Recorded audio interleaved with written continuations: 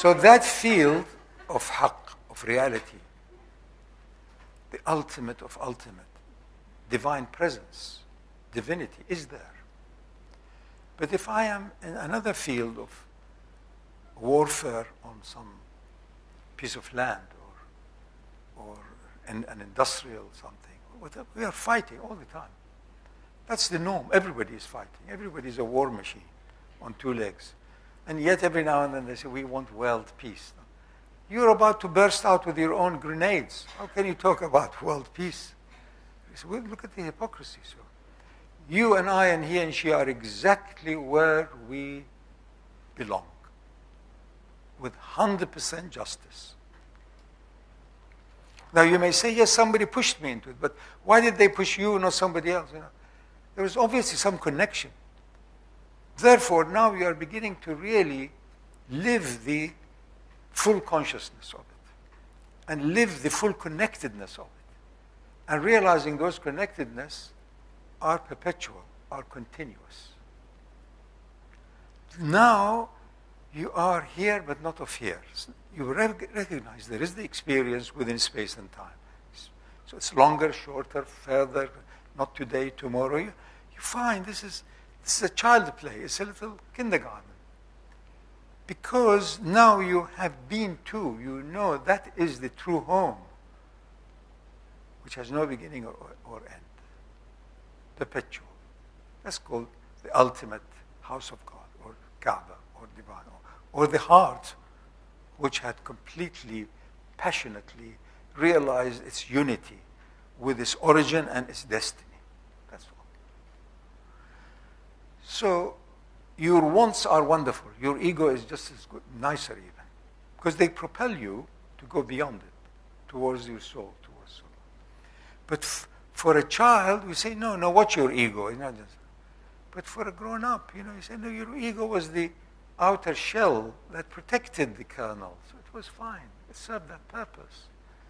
Don't ever curse anything. It has a purpose. Even one day the venom of a snake may save you, whatever. You don't know.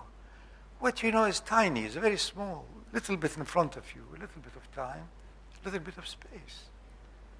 And be careful, because now you're trying to do something within this little time and space that you may regret in a year or 2 or 3. Watch out. What is your reference? So the last question as to how to get there necessarily ends up being that find a way, find a path, find a teacher, find someone who can lead you along a territory that you have not been to. And the difficulties that we all collectively experience more and more in these days is that there are teachers at basic levels. There are teachers for a religion, for a spiritual path, for a meditation technique, for skills, for whatever. There are all kinds of levels, hundreds of different levels of teachers. Necessary. They will always help you to avoid the pitfalls. Much of it is to do with no, don't. Also, some of it they can help you with yes, because it is better for more people for longer time. That's goodness. What is going to be good for as many, for as longer time. That's good. That is better and better action until the act itself is goodness itself. It's not just a messenger. It's the actual potent inner meaning, energy of it. So now, it's not easy, I'm telling you, I'm not exaggerating, to find someone who you know. They not only know the source of knowledge, but also they are au fait with the child's making noise. In other words, full spectrum.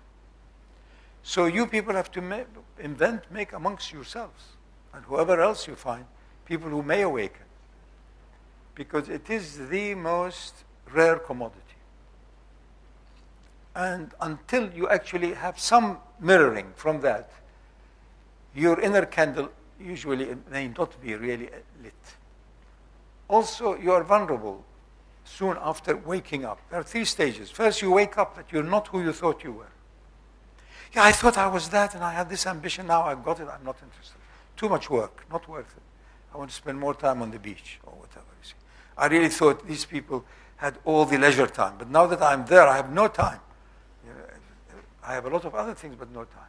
A lot of junk also, and every 6 months change of a car. So who are you trying to cheat? You know it's not enough. You know it's not.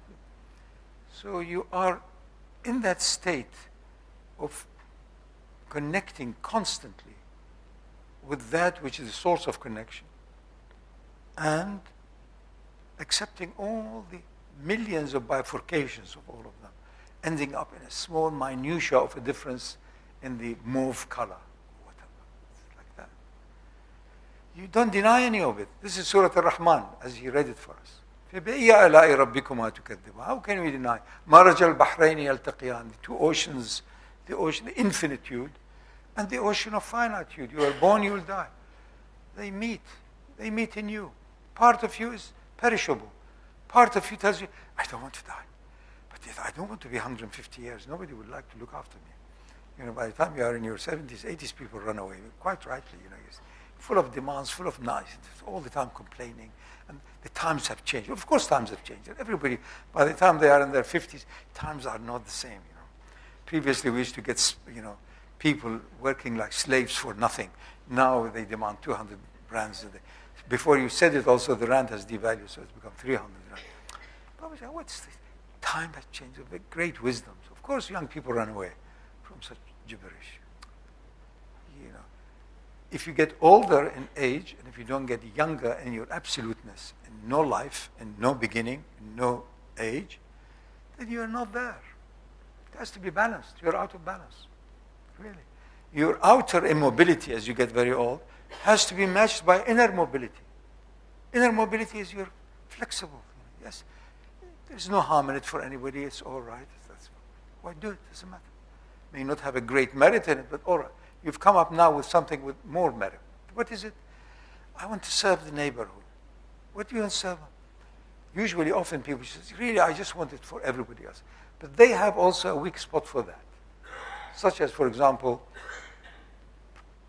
sensitive to noise. So the neighborhood is noisy, so he takes on that course. There's always a bit of you in it.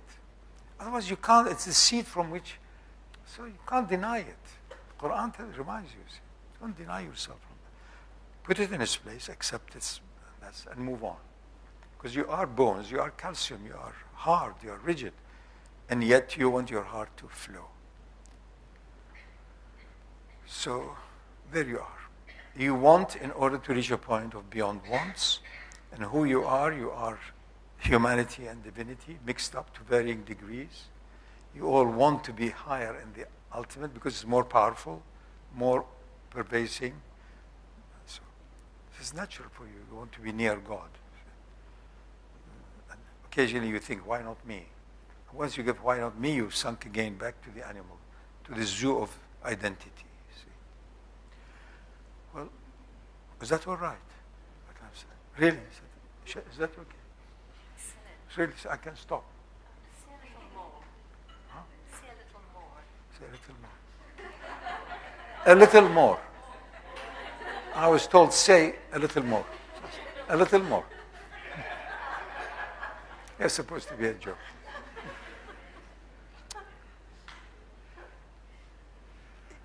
You want to hear that which stops you from that immediate point of needs to attract or repulse. If you have an uncomfortable chair, first of all, you want to improve on it.